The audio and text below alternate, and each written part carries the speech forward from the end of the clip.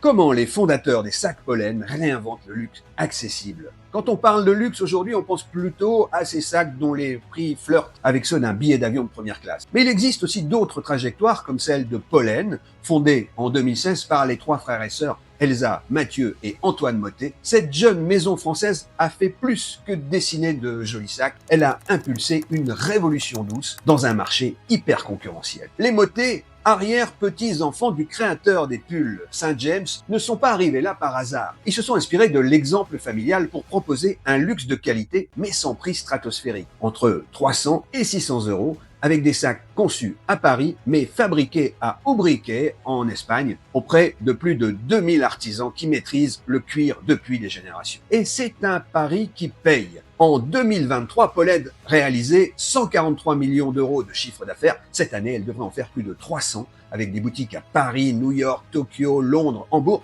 mais surtout grâce à ses ventes sur Internet. Car cette ascension fulgurante repose surtout sur le bouche à oreille, les réseaux sociaux et des apparitions spontanées comme celle dans Emily in Paris ou au bras de Kate Middleton, la femme du prince William d'Angleterre. Un placement de produit spontané et donc gratuit pour la marque. Ce succès a fini par attirer l'attention de L. Catterton, le fonds d'investissement de Bernard Arnault, qui a pris une participation minoritaire dans la marque, toujours largement contrôlée par les Mottet. Un investissement qui est aussi une forme de consécration puisqu'elle valorise Pollen autour du milliard d'euros et fait de ses fondateurs de nouveaux multimillionnaires. Aujourd'hui, leur marque Pollen n'est plus simplement une marque de sac, c'est un phénomène culturel auprès d'une génération qui refuse de choisir entre élégance et prix et qui veut un objet beau et bien fait et pas juste un logo.